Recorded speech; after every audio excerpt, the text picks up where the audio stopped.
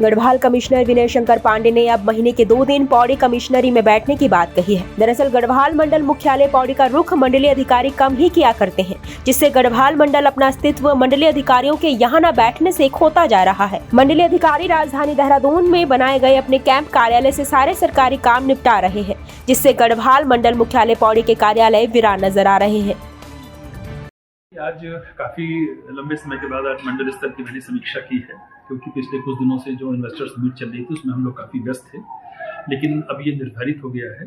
कि महीने में कम से कम 2 विजिट हमारी हुआ करेगी फोर्टनाइटली। कोर्ट वर्क भी किए जाएंगे और साथ ही साथ मंडल स्तर की जो हमारी समीक्षाएँ हैं, महीने में एक समीक्षा बैठक होगी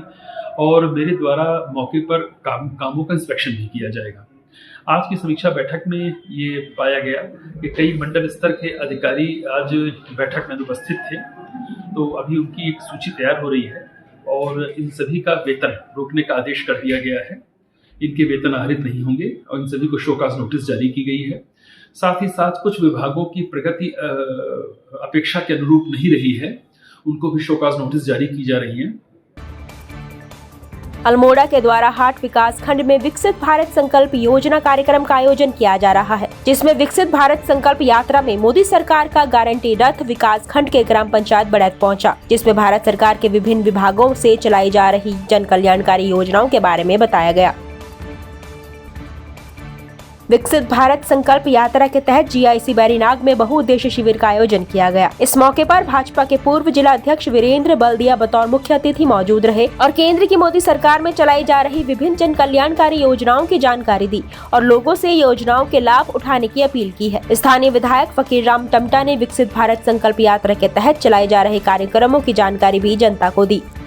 देश के आदरणीय प्रधानमंत्री श्रीमान नरेंद्र मोदी जी के द्वारा जो विगत 10 वर्षों में केंद्र सरकार की जो योजनाएं धरातल पर दिखी है और आम जनमानस को उसका अधिकार दिलाने का कार्य केंद्र सरकार ने किया है, इन सारे विषयों को लेकर, इन उपलब्धियों को लेकर भारतीय जनता पार्टी ने एक अभियान चला रखा, विकसित भारत संकल्प अभियान यात्रा के तहत आज इस कार्यक्रम में यहाँ पर आना हुआ है, जिसमें मुख्य उद्देश्य है जो केंद्र सरकार की योजना है, जो राज्य सरकार की लाभकारी योजना है, इनका लाभ आम जनमानस को मिले। विकसित भारत योजना चली है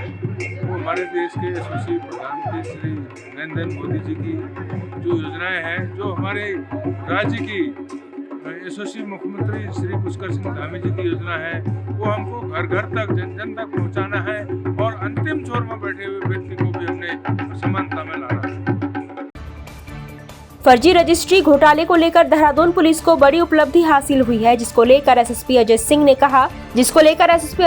कहा कि फर्जी रजिस्ट्री घोटाले को लेकर मुकदमा दर्ज किया गया था, जिसके तहत अलग अलग धाराओं में कार्रवाई की जा रही थी। इसके तहत 13 मुख्य आरोपियों पर पहले ही हल्की धाराएं लगाई गई थी, लेकिन बाद में आगे कार्रवाई करते हुए 13 में से 7 आरोपियों पर मुख्य धाराएं के तहत कार्रवाई की जा रही है। मुकदमा दर्ज था फर्जी रजिस्ट्री करके घोटाला करने का, जिसमें डकैती का मुकदमा और अन्य सुसंगत धाराओं में मुकदमा दर्ज था और इसमें पूर्व में 13 अभियुक्तों के खिलाफ चार्जशीट गई थी। लेकिन चूंकि जब ये पूरा प्रकरण सामने आया फर्जी रजिस्ट्री घोटाले का और इसमें दस्तावेजी साक्ष्यों से छेड़छाड़ की बात प्रमाणित हुई, इससे मुकदमे में आगे फर्दर इन्वेस्टिगेशन के ऑर्डर हुए और उसमें जो 13 में से 7 अभियुक्त थे उन पर अन्य धाराओं में, जैसे पहले हल्की धाराओं में इसमें चार्जशीट था, तो इसमें अन्य धाराओं में सुसंगत धाराओं में इसका चार्जशीट करके इस पर न्यायिक रिमांड किए इसमें न्यायालय से लिया गया है।